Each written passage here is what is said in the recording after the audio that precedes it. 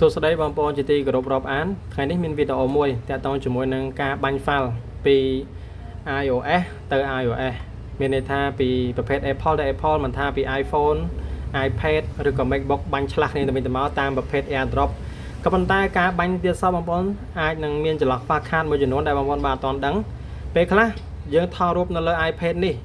ច្បាស់ឧទាហរណ៍ថាវាមានទំហំ2មេឬ3មេស្រាប់តែពេលយើងបាញ់ពី iPad នេះមក iPad នេះដើម្បីយើងទទួលរូបភាពមួយទៀតស្រាប់តែរូបភាពហ្នឹងអត់បានដល់1មេផងវាកាត់គេហៅថាទំហំរបស់វាដល់កាត់ទំហំទៅគឺអត់ច្បាស់ទេបងប្អូនអញ្ចឹងជាមូលហេតុដែលបងប្អូនខ្លះក៏សួរថាហេតុអីបាននៅពេលដែលខ្ញុំបាញ់ AirDrop សោះរូបភាពដែលខ្ញុំថតមកច្បាស់ដល់ពេលដែលខ្ញុំយកមក view នៅលើទូរស័ព្ទមួយទៀតដែលយើងទទួលបានពី AirDrop ទៅអត់ច្បាស់ឥឡូវយើងមកមើលអំពីដំណោះស្រាយទាំងអស់គ្នាថាតើហេតុអីបានជាបាញ់ទៅហើយនៅពេលដែលយើងទទួលរូបភាពបើករូបភាពទៅអត់ច្បាស់ដូចអាទូរស័ព្ទដើមដែលគេថតអូខេអញ្ចឹងឥឡូវខ្ញុំចូលទៅរូបភាពបាទឥឡូវខ្ញុំយករូបនេះចុះបងប្អូនបាទបន្តមកទៀតខ្ញុំចុចធ្វើការ share បងប្អូនបាទនេះចុចធ្វើការ share បាទនៅពេលដែល share ទៅបងប្អូននឹងឃើញពី AirDrop អញ្ចឹងចុចលើ AirDrop បងប្អូនបាទអញ្ចឹងខ្ញុំនឹងបើក AirDrop មួយទៀតបាទនៅខាងនេះឥឡូវខ្ញុំបើកហើយមុនហ្នឹងនេះវា load បាទវា load អញ្ចឹងបាទអញ្ចឹងវានឹងចេញបែបហ្នឹងអញ្ចឹងដល់ពេលអញ្ចឹងបងប្អូននឹងចុចទទួលនៅទីនេះមកនេះបាទចុចទទួលនៅទីនេះ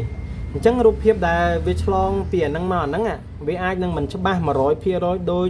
រូបភាពដែលនៅលើទូរស័ព្ទដែលយើងថតផ្ទាល់ទេអញ្ចឹង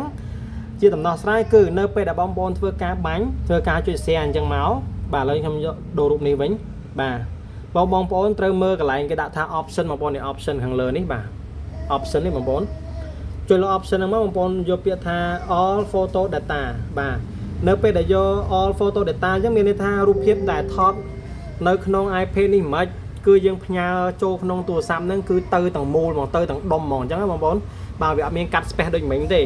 តែបើយើងអត់បានសេរីឡើយហ្នឹងទេវានឹងធ្វើការកាត់